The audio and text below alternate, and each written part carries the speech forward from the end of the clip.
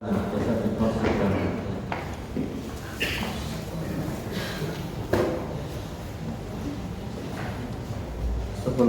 kita bertanya kepada saksi, ya kita ingatkan kepada saksi bahwa kemarin saksi menerangkan ada matanya lagi tidak sehat ya. Untuk hari ini sudah sehat belum? Masih ya, kalau masih ya kita izinkan ya. Namanya juga sakit begitu ya. Dan kembali lagi bahwa kemarin saksi sudah ditanya oleh penuntut umum, giliran dari penasihat hukum. Dari penasihat hukum juga kemarin ada salah satu yang sudah bertanya. Terus terakhir adalah masih dari terdakwa kalau nggak salah begitu ya. Untuk itu kita berikan kesempatan kepada terdakwa untuk memberikan pertanyaan, tentunya tidak mengulang tapi melanjutkan pertanyaan yang kemarin sempat tertunda. Begitu. Silakan dari terdakwa untuk mengajukan pertanyaan.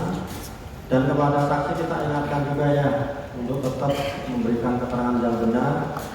Kalau pertanyaannya kurang jelas silahkan minta diulang ya. Kalau pertanyaan sudah selesai baru dijawab begitu ya. Silahkan terdakwa. Ya, terima kasih yang mulia. Halo Dr. Samira. Dr. Samira, di surat dakwaan yang didakwakan kepada saya melalui JPU dengan pasal 368 berubah menjadi 369. Di sini saya baca hampir 85% membicarakan soal Dr. Samira. Yang mau saya tanyakan, Dr. Samira, di sini ada tertera sejumlah uang 20 miliar yang akan diberikan oleh Reza Gladys kepada Dr. Samira. Untuk apa uang itu diberikan kepada Dr. Samira? Seperti yang sebelumnya saya ceritakan bahwa Reza Gladys dan Mufid berusaha 3 kali mendatangi kediaman saya, berusaha mengirim chat juga ke saya, dan yang kedua itu menawarkan untuk mengganti review hasil lab. Jadi dari Mufid memberikan hasil lab yang baru, di mana saya diminta untuk membuat video TikTok yang baru sesuai dengan permintaan, sesuai dengan hasil lab yang sudah Mufid kirimkan ke handphone saya. Tetapi di situ saya menolak, permintaan saya hanya satu, jadilah dokter yang benar, berhenti untuk melakukan flexing, tarik produk kamu yang busuk, perbaiki produk kamu, lalu jual kembali dengan harga yang masuk akal dan tidak membohongi masyarakat seperti itu. Tetapi masih menghubungi saya, ada kiriman foto juga, dan berusaha tetap mengejar saya, menunggu saya pada saat saya masih jaga di klinik jam 8 itu menelpon saya, saudara Mufid. Tetapi itu pun saya loudspeaker karena saya selalu tidak pernah berbincang dengan saudara Mufid sendirian, selalu ada saksi, saya loudspeaker, dan di situ beliau dengan jelas menunggu saya di kediaman saya. Di situ saya sangat terganggu juga. Saya bilang, kamu tahu etika, harusnya ke rumah orang itu pamit dulu, izinkan tidak. Kok tiba-tiba kamu sudah nongkrong di rumah saya, dan ini adalah kedua kalinya kamu berbuat hal yang sama. Ada apa sebenarnya? Saya sempat marah. Di situ dia bilang, Kak, kita ada titipan seperti itu. Nah di situ saya, loh, titipan apa? Gitu. Emang ada apa? Nah di situ saya teriak agak tinggi dengan nada tinggi. Lalu mereka bilang, oh enggak kok Kak, kita cuma ada titipan buah. Yakin kamu cuma ada titipan buah ke saya? Iya kok Kak, cuma buah. Ya udah kamu kasih aja buah ke pembantu saya, tapi saya malah tidak pulang. Padahal sebenarnya saya pulang. Gitu. Nah selanjutnya titipan tersebut diberikan ke pembantu saya. Selanjutnya mereka pulang dan saya pastikan ke pembantu saya apakah mereka berdua sudah pulang dan meninggalkan rumah saya. Begitu meninggalkan rumah saya baru saya pulang dari klinik. Gitu. Oke. Dr. Samira, dan sebetulnya saya tidak tahu bahwa saya dilaporkan karena dari tanggal 14 melalui komunikasi Reza yang selalu menolong Mail dan Reza yang selalu menghubungi Mail untuk menyebutkan harga dari tanggal 14 ke 15, dan di bulan Desember setelah saya baca BAP ternyata saya dilaporkan di tanggal 3 Desember. Saya tidak tahu sama sekali laporan itu, tapi yang saya tahu adalah waktu itu di pertengahan Desember Dr. Samira sempat berjumpa dengan Dr. Oki di suatu acara, saya tidak tahu nama acaranya apa, bilang ke saya bahwasannya Dokter Samira bilang saya ada di WhatsApp grup dokter yang bernama, WhatsApp grupnya itu yang bernama Perdesti. Perdesti itu apa, dokter? Kumpulan Dokter Estetika Indonesia. Berarti di situ semuanya isi dokter-dokter ya? Dokter-dokter. Betul. Nah, di chat tersebut yang saya dapatkan dari Dokter Samira saat itu, Dokter Samira mengirimkan kepada saya dan saya pun punya, tapi kebetulan handphone saya disita. Di situ saya baca memang Dokter Janet bilang bahwasannya Nikita dan Mail beserta Dokter Oki memeras Dokter Reza sebanyak 4 miliar rupiah. Lalu saya bertanya kepada Dokter Samira, apakah Dokter Samira mengenal Dokter Janet? Dokter Samira bilang iya. Apakah saya bisa meminta nomor Coba teleponnya? pertanyaannya. Iya, pertanyaannya ini pertanyaannya. Pertanyaannya adalah saya meminta nomor teleponnya Dokter Janet, lalu saya menelpon Dokter Janet dan saya merekam waktu itu karena saya tidak terima karena saya dibilang keras. Lalu saya memberikan rekamannya kepada Dokter Samira, Dokter Samira ingat itu. Ya, di saat itulah saya kecewa karena saya tidak pernah memeras yang namanya Reza Gladys. Saya punya uang, buat saya 4 miliar itu kecil untuk saya.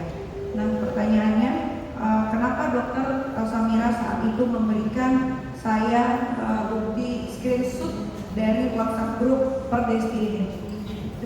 Karena sempat menjadi perbincangan yang sangat luas di kalangan dokter yang menurut saya ini adalah berita yang tidak benar. Kenapa? Karena memang seorang Janet itu adalah saat ini bukan lagi menjadi ketua Perdesti, tapi dia pernah menjabat sebagai ketua Perdesti, di mana saya mengenal beliau, saya pernah menjadi anggota dari Perdesti dan saya sempat ada konflik dengan beliau dan beliau memang menaruh dendam yang luar biasa kepada saya. Akhirnya saya keluar dari anggota tersebut dan saya memilih berpindah ke keanggotaan kecantikan yang lain, enggak saat ini. Nah, tetapi teman-teman saya yang masih ada di Perdesti itu sangat mendukung perjuangan yang saat ini saya lakukan.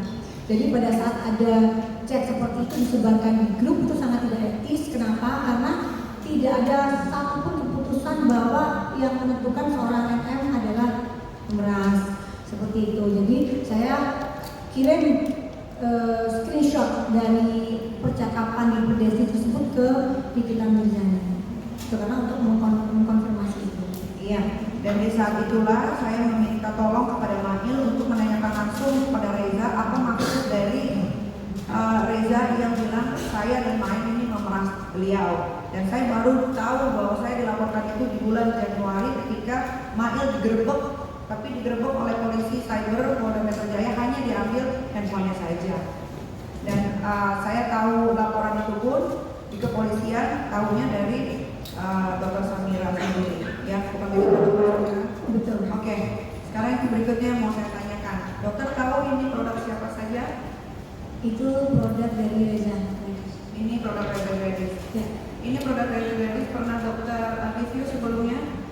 Yang sebagian yang warna merah itu yang ada Ini. tadi yang warna merah ini yang tadi diberikan dari Iya. warna merah. Kenapa dokter mereview produk ini, dok? Kalau boleh tahu? Karena memang itu saya tahu modalnya hanya 70.000, tetapi dijual dengan harga 1.500.000 dengan menggunakan nama dokter dan itu sangat mencoreng profesi dokter.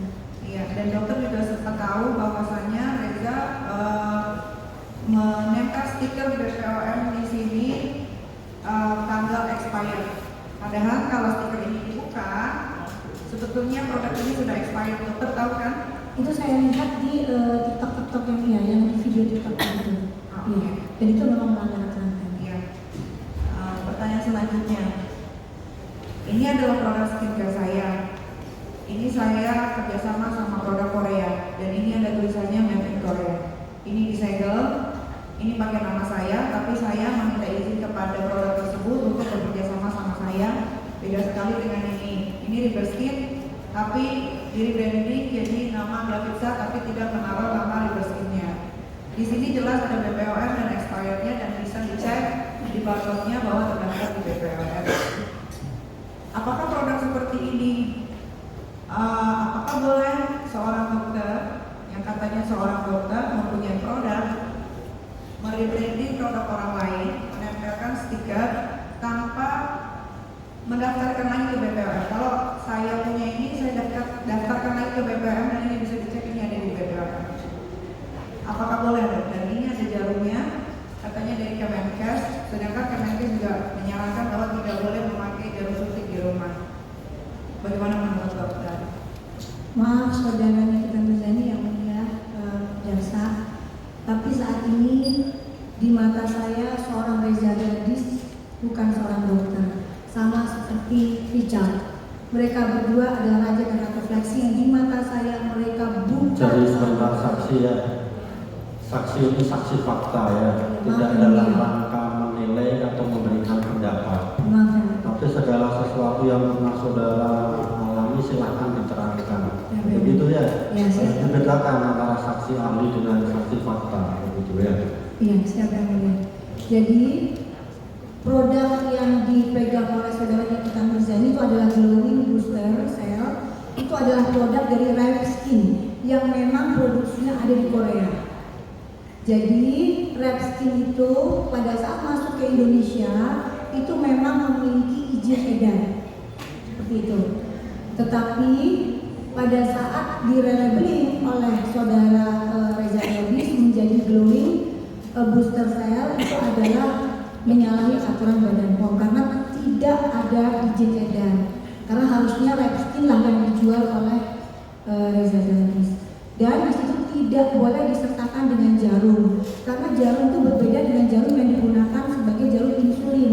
Insulin itu digunakan sekali pakai, tapi produk yang disertakan di glowing booster adalah produk yang digunakan berulang kali di rumah tanpa disterilisasi lebih lanjut, sehingga beresiko untuk merusak wajah konsumen tersebut. Iya, dari kotak ini sudah dilihat jauh perbedaannya. Tidak ada ingredientsnya, tidak ada cara pemakaiannya. Tapi kalau di produk ini kita dari skincare, di sini ada komposisinya, ada cara penggunaannya, ada diimpor oleh produsennya juga ada, kadaluarsanya juga ada, barcode-nya juga ada, perhatiannya juga ada, semuanya. Tapi kalau di sini ini kosongan.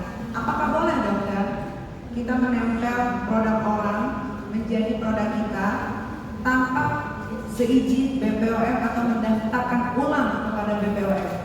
Tidak boleh sama sekali. Tidak boleh. Terima kasih dokter Safiana. Iya, cukup yang mulia. Masih ada dari penasihat hukum, silakan. Makasih yang mulia. Saksi ya. Tadi saya mendengar saksi mengatakan